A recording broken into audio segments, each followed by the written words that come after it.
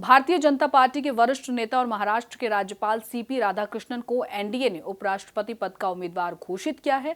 Party अध्यक्ष JP Nadda ने इसकी औपचारिक घोषणा की। भारतीय जनता पार्टी के वरिष्ठ नेता और महाराष्ट्र के राज्यपाल सीपी राधाकृष्णन को एनडीए ने उपराष्ट्रपति पद का उम्मीदवार घोषित किया है। पार्टी अध्यक्ष जेपी नड्डा ने इसकी औपचारिक घोषणा भी की। महाराष्ट्र के राज्यपाल सीपी राधाकृष्णन को राष्ट्रीय जनतांत्रिक गठबंधन यानी कि एनडीए की ओर से उपराष्ट्रपति पद के लिए उम्मीदवार घोषित किया जाना भाजपा की एक सोची समझी रणनीति का हिस्सा है। इसमें जटिल चुनावी गणित और गहरी क्षेत्रीय रणनीतिक समाहित है।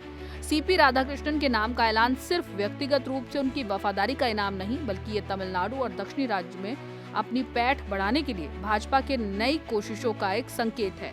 यहाँ भाजपा को अपनी पकड़ बनाने के लिए संघर्ष करना पड़ता है। ऐसे में सवाल ये उठता है कि तमिलनाडु की द्रमुक का सीपी राधाकृष्णन को लेकर क्या रुख होगा।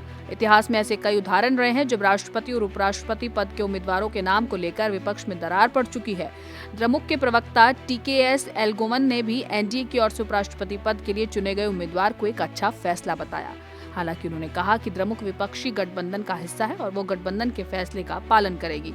पहले भी जब यूपीए ने राष्ट्रपति पद के लिए प्रतिभा पाटिल को अपना उम्मीदवार बनाया था, तब शिवसेना ने एनडीए का हिस्सा होने के बावजूद उनका समर्थन किया था, क्योंकि वो महाराष्ट्र से थी।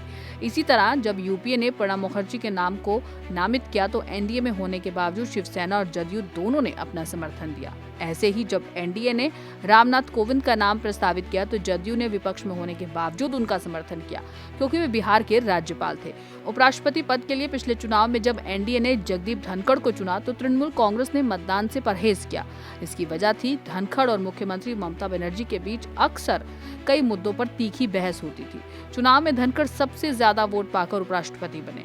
इस बार एनडीए के पास 422 वोट हैं, जबकि पिछले चुनाव में धनखड़ को 528 वोट मिले थे। एक बार फिर बीजेडी, वाईएसआरसीपी और बीआरएस जैसी पार्टियां एनडीए का समर्थन कर सकती हैं, जिसे कुल मिलाकर 22 सांसद हैं। तमिलनाडु में 32 सांसदों वाली और सबसे बड़ी पार्टी द्रमुक के सामने सबसे बड़ा सवाल यही होगा कि क्या उसे अपने राज्य से आने वाले उम्मीदवार का समर्थन करना चाहिए या फिर नहीं, खासकर ऐसे वक्त पर जब अगले साल तमिलनाडु में चुनाव होने वाले हैं। अगर राधाकृष्णन निर्वाचित होते हैं तो वो उपराष्ट्रपति बनने वाले तमिलनाडु के तीसरे बड़े नेता होंगे।